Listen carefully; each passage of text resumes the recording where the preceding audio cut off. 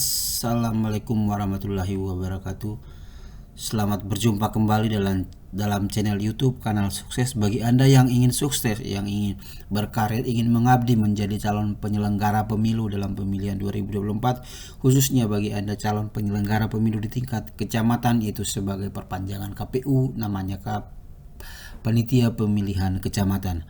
Kita langsung saja ke soal berikut. Untuk sesi kali ini, sesi ke-15, kita akan coba terus update soal, tapi kita akan juga mengulang 1, 2, 3 soal dalam setiap sesi untuk memudahkan Anda, untuk mengingatkan saudara-saudara sekalian yang ingin mengetahui bagaimana model soal nantinya, baik dalam ujian tertulis ataupun dalam CAT yang nantinya akan dilaksanakan sebelum Anda diangkat dalam tugas sebagai penyelenggara pemilu, dan mudah-mudahan Anda lulus nantinya. Kita langsung lanjut soal nomor pertama. Kelompok penyelenggara pemungutan dan penghitungan suara atau KPPS diangkat dan diberhentikan oleh kelompok penyelenggara pemungutan suara, diangkat dan diberhentikan oleh A. KPU Kabupaten Kota, B. PPK atas nama KPU Kabupaten Kota, C. PPK atas nama Ketua KPU Kabupaten Kota, D. PPS atas nama KPU Kabupaten Kota, E. PPS atas nama Ketua KPU Kabupaten Kota. Kita lihat dulu. KPPS, kelompok penyelenggara pemungutan suara, itu bekerja di TPS. Siapa yang mengangkat? Apakah KPU atau PPK atau PPS? Dan berdasarkan tugas dan fungsinya, maka PPS sebagai panitia pemungutan suara, yaitu penyelenggara di tingkat desa kelurahan di bawah PPK, diberikan kewenangan untuk mengangkat dan memberhentikan anggota KPPS dengan persetujuan dari KPU Kabupaten Kota. Jawabannya adalah E. Kita masuk untuk soal nomor 2. Pernyataan berikut ini adalah ketentuan mengenai pemilihan umum menurut Undang-Undang Dasar 1945, kecuali ada kecualinya. A. Dilaksanakan secara langsung, umum, bebas, rahasia, jujur, dan adil setiap 5 tahun sekali. B. Peserta pemilihan umum untuk anggota Dewan Perwakilan Rakyat dan Dewan Perwakilan Rakyat Daerah adalah partai politik. C. Dilaksanakan untuk memilih anggota Dewan Perwakilan Rakyat, Dewan Perwakilan Daerah, Presiden dan Wakil Presiden, anggota Dewan Perwakilan Rakyat Daerah, dan Kepala Daerah dan Wakil Kepala Daerah. D. Peserta pemilihan untuk anggota Dewan Perwakilan Daerah dan perseorangan adalah perseorangan. E. Tidak ada jawaban yang salah. Maka berdasarkan hal tersebut, kita lihat dulu apa sebenarnya yang disebut dengan pemilihan umum. Pemilihan umum itu adalah menurut Undang-Undang Dasar 45 itu untuk memilih anggota legislatif, presiden dan wakil presiden. Sedangkan kepala daerah tidak disebutkan dalam ranah pemilihan umum, namun sebuah pemilihan yang dilaksanakan secara demokratis dalam hal ini. Mungkin lebih kepada kalau pemilihan umum diatur pada pasal 22E terkait tugas fungsi KPU, sedangkan mengenai pemilihan kepala daerah ini diatur dalam pasal 18, yang mana itu disebutkan bahwa pemilihan kepala daerah itu dilaksanakan secara demokratis. Maka di bawah ini bukan rezim pemilu, itu adalah pemilihan kepala daerah dan wakil kepala daerah. Apakah itu gubernur, wakil gubernur, bupati, wakil bupati, dan wali kota dan wakil wali kota. Maka jawaban yang tidak tepat atau yang tidak bagian dari rezim pemilu ada pada pilihan C, kecuali. Kita masuk ke soal nomor berikut, nomor 3. Menurut Undang-Undang Dasar 1945 yang telah diamandemen, anggota MPR terdiri dari A. Anggota DPR dan utusan daerah dan golongan, B. Anggota DPR, DPD dan utusan golongan, C. Anggota DPD dan utusan golongan, D. Anggota DPR, MPR dan DPD, E. Anggota DPR dan DPD. Soal disebutkan Undang-Undang Dasar 45 setelah diamandemen, maka anggota MPR itu siapa? Anggota MPR itu adalah merupakan gabungan dari ataupun ketika mereka yang duduk di Senayan, yaitu DPR RI dan DPD. DPR RI ini kita lebih sering istilah DPR, sedangkan di daerah DPRD, dan DPD adalah 4 orang per provinsi. Maka jawabannya adalah E. Kita lihat langsung ke jawaban yang benar. Ya benar, E. Jawabannya adalah E. Kita masuk soal nomor 4. Dalam pemilu, pemilih diharuskan memberikan suaranya tanpa ada paksaan dari pihak manapun. Pernyataan tersebut merupakan makna prinsip penyelenggara pemilu yang A. langsung, B. umum, C. bebas, D. rahasia, kemudian E. jujur dan adil. Maka jawaban yang paling tepat itu adalah C, yaitu seseorang itu bebas dalam memberikan hak pilihnya tanpa ada paksaan, maka dia termasuk dalam kategori C, yaitu asas pemilu yaitu bebas.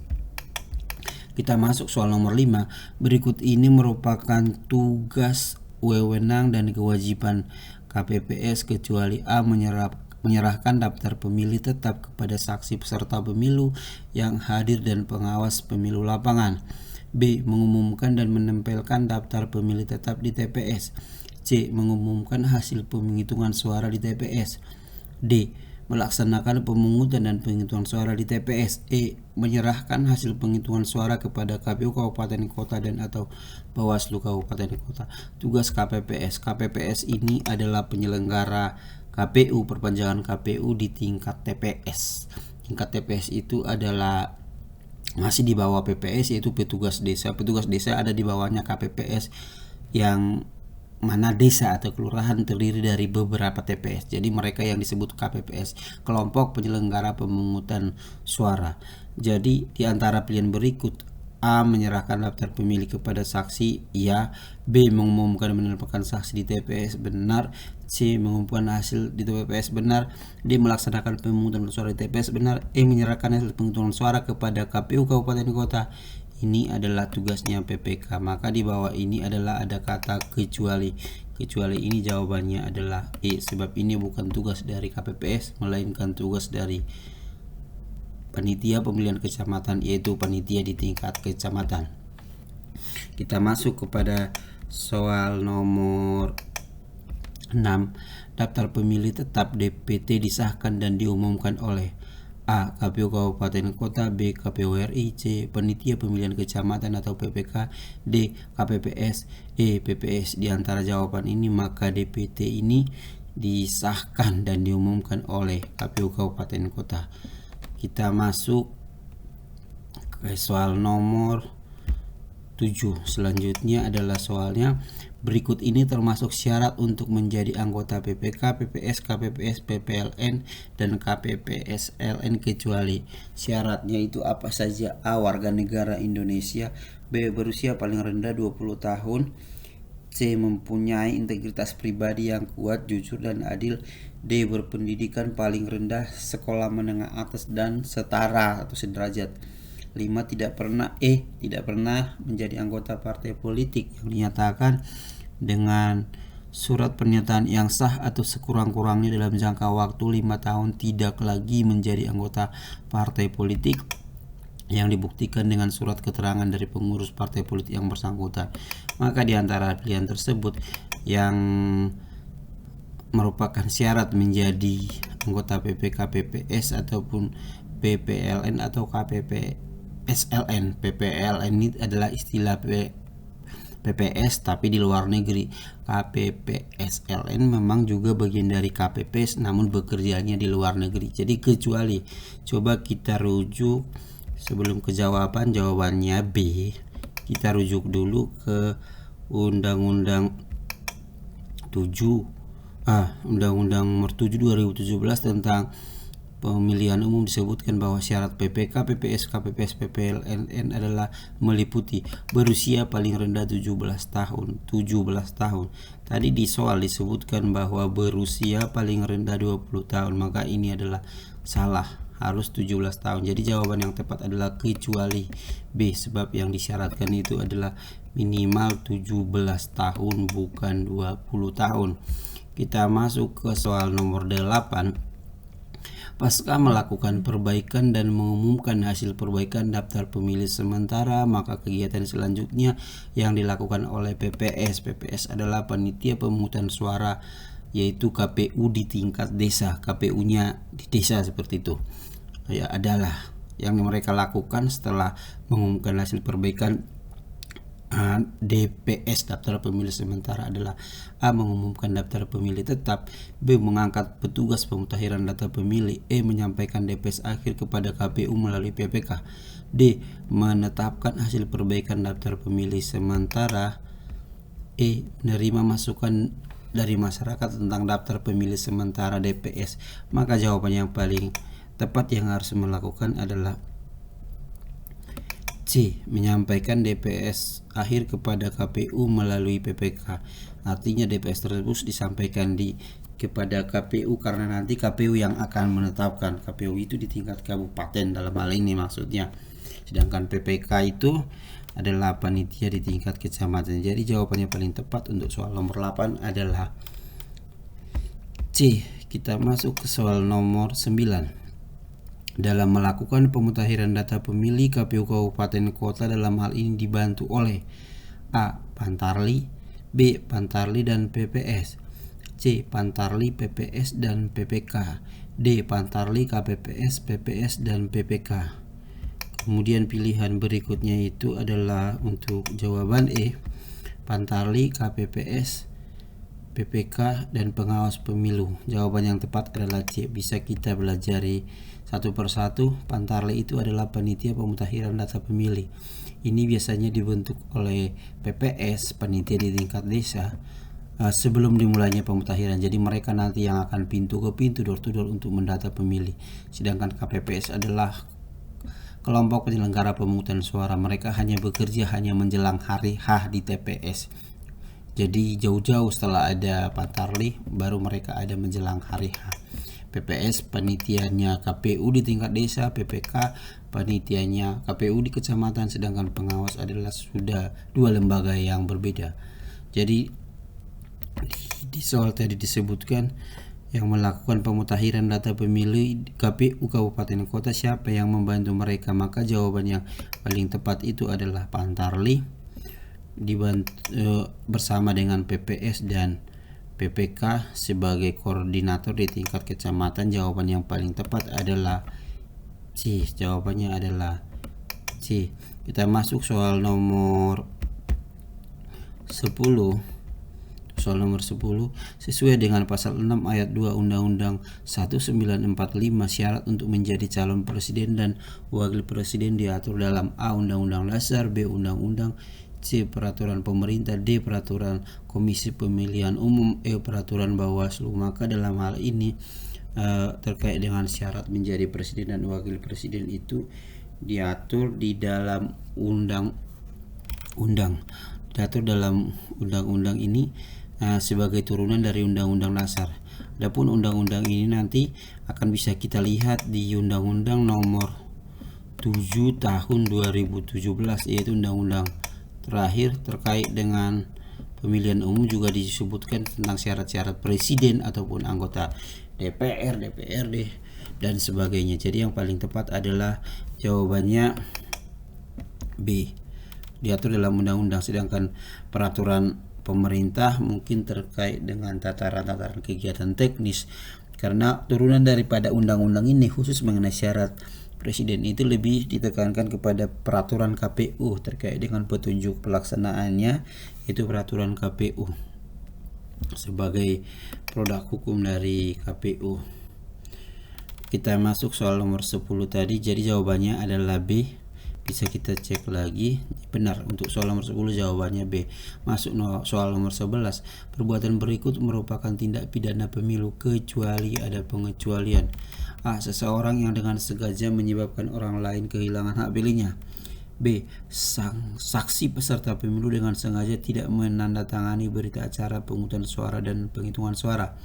C. Petugas PPS dengan sengaja tidak memperbaiki DPS setelah mendapat masukan dari masyarakat dan peserta pemilu. D. Seseorang yang dengan sengaja memberikan keterangan yang tidak benar mengenai diri sendiri atau diri orang lain tentang suatu hal yang diperlukan untuk pengisian daftar pemilih. E. Seseorang yang dengan kekerasan atau dengan ancaman kekerasan atau dengan menggunakan kekuasaan yang ada padanya saat pendaftaran pemilih menghalang-halangi seseorang untuk terdaftar sebagai pemilih dalam pemilu menurut Undang-Undang Nomor 7 2017 Pasal 389 Ayat 3 berita acara pemungutan dan penghitungan suara ditandatangani oleh saksi yang bersedia saja.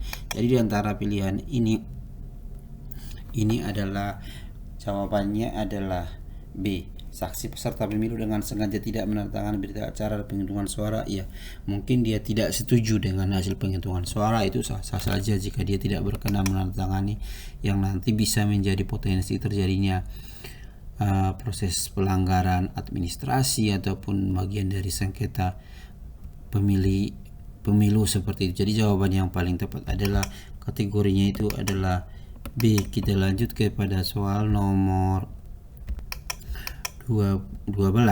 Apa kepanjangan dari PKPU? PKPU itu disingkat dengan sebagai apa? Merupakan singkatan dari apakah PKPU maksudnya? PKPU itu adalah Peraturan Komisi Pemilihan Umum, yaitu Peraturan Komisi Pemilihan Umum seperti saya sebutkan tadi. Di dalam Undang-Undang Dasar juga disebutkan mengenai syarat menjadi presiden wakil presiden, dituangkan dalam Undang-Undang 7 2017, dan kemudian tataran pelaksanaan, teknis pelaksanaan dituangkan dalam peraturan KPU. Jadi jawabannya adalah A. Kita lanjut ke soal nomor 13. DKPP bersidang untuk melakukan pemeriksaan dugaan adanya pelanggaran kode etik yang dilakukan penyelenggara pemilu. Siapakah yang dimaksud dengan penyelenggara pemilu dalam kasus ini?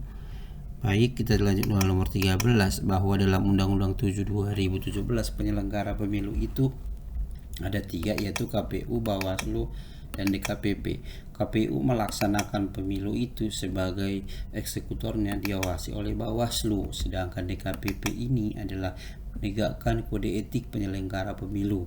Penyelenggara pemilu yang mereka periksa itu adalah KPU dan Bawaslu, diperiksa oleh KPU.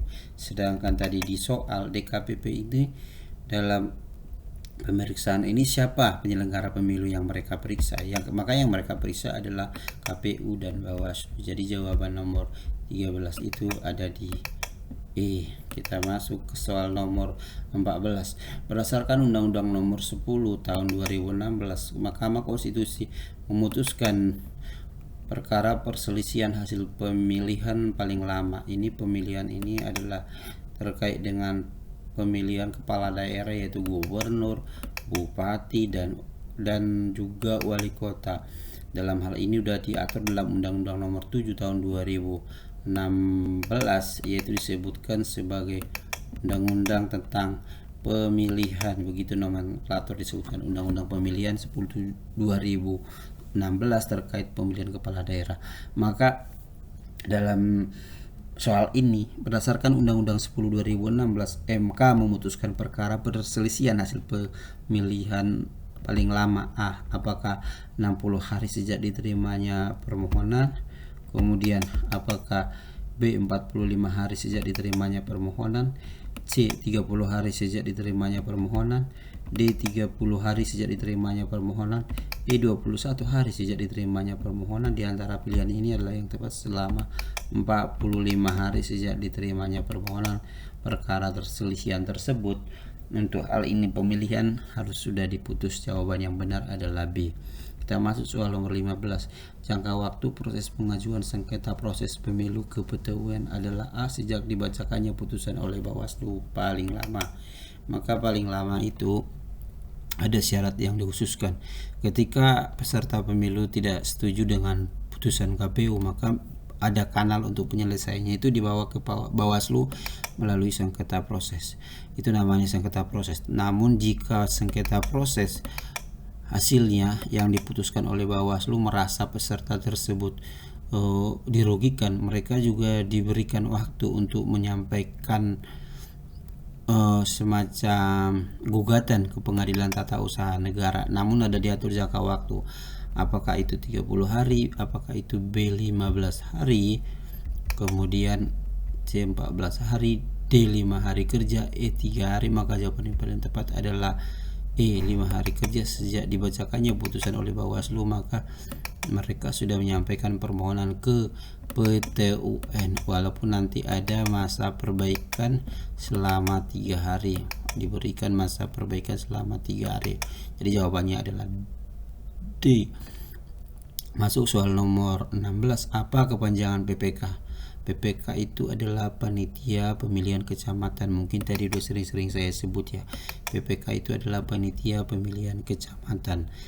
Kemudian PPS itu panitia pemungutan suara di tingkat desa kelurahan. Kemudian KPPS itu adalah kelompok penyelenggara pemungutan suara di tempat pemungutan suara. Jadi ini adalah istilah-istilah lembaga perpanjangan tangan ataupun penyelenggaranya KPU di tingkat daerah. Jadi yang paling tepat adalah jawabannya adalah D, panitia pemilihan kecamatan untuk soal nomor 16. Kita masuk panitia pemilu, bukan pemilu, panitia pemilihan kecamatan. Jawabannya adalah D. 17. Parliamentary threshold 4% untuk tingkat nasional mengandung arti. Apa yang dimaksud dengan parliamentary threshold itu adalah 4%? A. Apakah peserta pemilu yang perolehan suaranya di bawah 4% dari jumlah suara sah secara nasional akan tetapi kehilangan perolehan kursi anggota DPR, DPRD provinsi, dan DPRD kabupaten kota? B. Peserta pemilu yang peroleh suaranya di bawah 4% dari jumlah suara sah secara nasional akan kehilangan suara kursi anggota DPR saja dan tetap dapat kursi anggota DPRD provinsi dan DPRD kabupaten kota. C. Peserta pemilu yang memperoleh suaranya di bawah 4% dari kursi secara nasional akan kehilangan perolehan kursi anggota DPR dan DPRD provinsi tapi masih akan dapat kursi di DPRD kabupaten kota. D. Peserta pemilu yang suaranya di bawah 4% dari jumlah nasional akan kehilangan kursi di DPR tetapi masih mungkin dapat kursi DPRD provinsi dan DPRD kabupaten kota. Semua jawaban salah. Maka di antara pilihan ini jawaban yang paling tepat adalah kita harus melihat bahwa parliamentary threshold itu adalah 4%. Inilah syarat untuk partai pada pemilu 2019 mendapatkan ataupun berhak dalam pembagian kursi jika suaranya di bawah 4%. Ada syarat-syarat yang harus dia penuhi. Jika di bawah 4% itu dia tidak kebagian lagi kursi di DPR RI, tapi jika memenuhi di tingkat DPRD provinsi ataupun DPRD kabupaten diberi kesempatan dalam pembagian ini. Jadi untuk kasus 2019 hanya ada 9 partai yang lolos parliamentary threshold, berarti di atas 4%.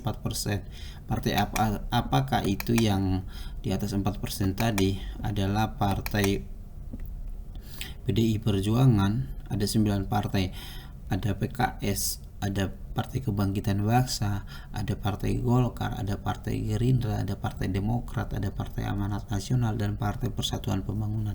Inilah yang berhak dalam pembagian kursi di DPR dan lolos parliamentary threshold. Soal tadi menyebutkan di bawah itu partai apa saja kak? Itu mungkin tadi saya tambahin, tadi ada 9 partai kurang lebih termasuk Partai Nasdem. Sedangkan yang di bawah 4% tadi mereka tidak berhak kursi di Senayan atau di DPR, tetapi masih mungkin dapat kursi di DPRD provinsi dan DPRD kabupaten kota, berhak dalam pembagian jika mereka masuk dalam alokasi kursi pembagian dimaksud. Partai apa saja kah itu? Termasuk dia Perindo, PBB, PKP ataupun partai lainnya termasuk Garuda seperti itu. Jadi jawaban yang paling tepat itu adalah D. Kita bahas soal nomor 18. Tugas ketua PPK sebagai berikut kecuali. Tadi PPK adalah panitia pemilihan kecamatan, yaitu KPU di tingkat kecamatan. A. Memimpin kegiatan PPK. B. Mengawasi kegiatan Panwascam. C. Mengundang anggota untuk mengadakan rapat PPK. D. Menandatangani laporan hasil kegiatan penghitungan suara. E. Melaksanakan kegiatan lain yang dipandang perlu untuk kelancaran penyelenggaraan pemilu sesuai dengan kerja yang ditentukan oleh kabupaten kota. Di antara pemilihan ini maka sebenarnya yang bukan tugas PPK itu adalah mengawasi panitia, mengawasi kegiatan Panwas. Panwas itu kan panitia pengawas kecamatan, dan mereka ini justru Panwascam ini justru mengawasi pekerjaan dari PPK terkait dengan program penyelenggaraan tahapan pemilu. Jadi yang jawaban yang paling tepat itu adalah B. Mengawasi kegiatan Panwascam bukan tugas dari PPK, malah sebaliknya Panwascam yang mengawasi PPK dalam menyelenggarakan pemilu. Kita masuk ke soal nomor 19. PPS wajib menyerahkan surat suara pasangan calon bupati dan wakil bupati dari TPS dalam kotak tersegel kepada PPK paling lama titik-titik setelah pemungutan suara dilaksanakan. Maka penyerahan itu berapa lama? Kita lihat jawabannya: A 1 hari, B 2 hari, C 3 hari, D 4 hari, E 5 hari. Jawaban yang paling tepat adalah 3 hari, yaitu C. Masuk soal nomor 20. Potensi kerawanan dalam pendaftaran pemilih kecuali: A. Pemilih ganda, B. Pemilih berumur 17 tahun, C. Pemilih fiktif, D. Anggota Polri aktif, E. Anggota TNI aktif. Maka jawabannya itu adalah B. Kenapa kita jawab B? Maka di sini kan ditanya itu adalah potensi kerawanan dalam pendaftaran pemilih, hal-hal yang bisa menjadi potensi masalah. Kecuali, kenapa kita bilang kecuali? Ya karena pemilih itu berumur 17 tahun. Ini syarat sudah terpenuhi, jadi bukan lagi masalah. Sementara di soal tadi potensi kerawanan atau permasalahan, bagian dari permasalahan tersebut adalah pilihan A, C, kemudian D dan E. Jadi jawaban yang paling tepat adalah B. Kita masuk ke soal nomor 21.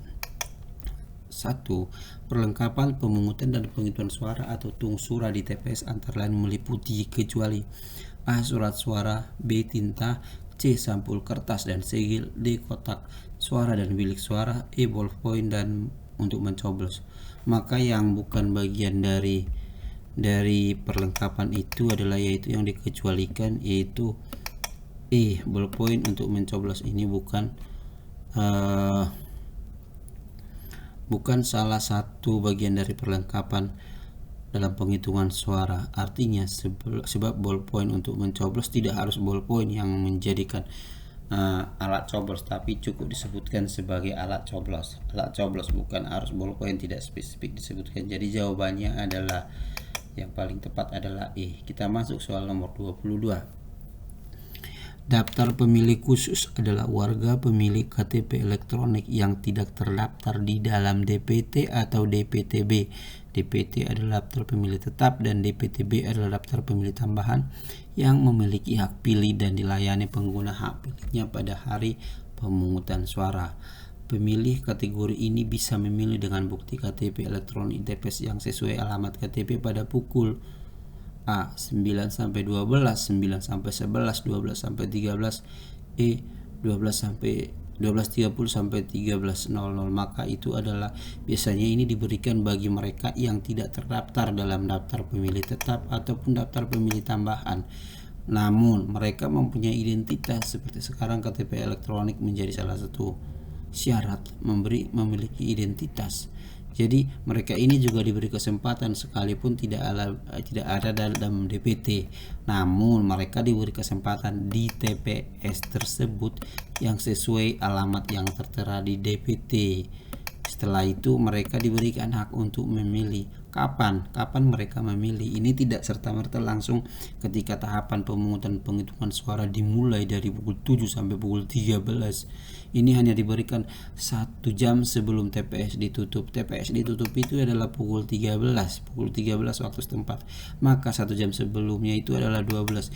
Jadi jawaban yang benar adalah C. Bagi mereka pengguna KTP yang sesuai dengan alamat yang tertera di TPS dimaksud, tidak terdaftar di DPT tapi memiliki KTP sesuai disyaratkan, mereka hanya dibolehkan untuk menggunakan hak pilih 1 jam sebelum TPS ditutup, yaitu C 12.00 sampai 13. Kita masuk soal nomor 23. Petugas pemutakhiran data pemilih atau PPDP dibentuk oleh A. KPU RI, B. KPU Kabupaten Kota, C. Panitia Pemilihan Kecamatan, D. PPS dan PPLN, E. KPU dan PPK. Jawaban yang paling tepat ini adalah panitia pemutakhiran data pemilih atau kadang disebut Pantarlih, panitia pendaftaran pemilih seperti itu. Kalau dia untuk rejim pemilihan bupati, gubernur, wali kota disebut dengan PPDP atau panitia pemutakhiran data pemilih. Kalau untuk pemilu mereka disebut dengan Pantarlih. Seperti itu. Siapa yang membuat ataupun membentuk mereka ini dibentuk oleh PPS atau PPLN. PPS ini adalah panitia pemungutan suara tingkat desa kelurahan. Jadi jawabannya adalah D. Kita masuk soal nomor 24. Petugas pemutahiran data pemilih PPDP bertugas untuk A. Melakukan pendaftaran dan pemutahiran data pemilih. B. Upload data di Sidali.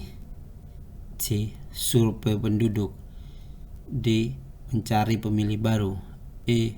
Semua jawaban benar. Di antara pilihan ini, namanya petugas pemutahiran data pemilih adalah melakukan pendaftaran dan pemutahiran data pemilih. Jawabannya adalah E. Jawabannya adalah E. Kenapa kita jatuh jawaban A? Jawabannya adalah A. Melakukan pendaftaran dan pemutahiran data pemilih. Kenapa kita jawab A?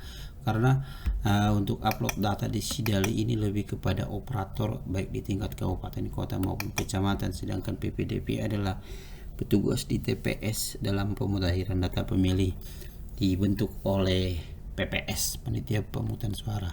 Survei penduduk bukan mencari pemilih baru, bukan semua jawaban benar, apalagi jadi jawaban tepat adalah A.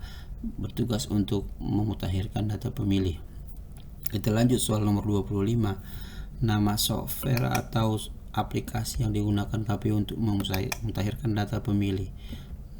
Apakah namanya dalam pemutahiran data pemilih? Mungkin ada hubungan dengan ini ya. A. Sidakam, B. Silon, C. Sidali, baru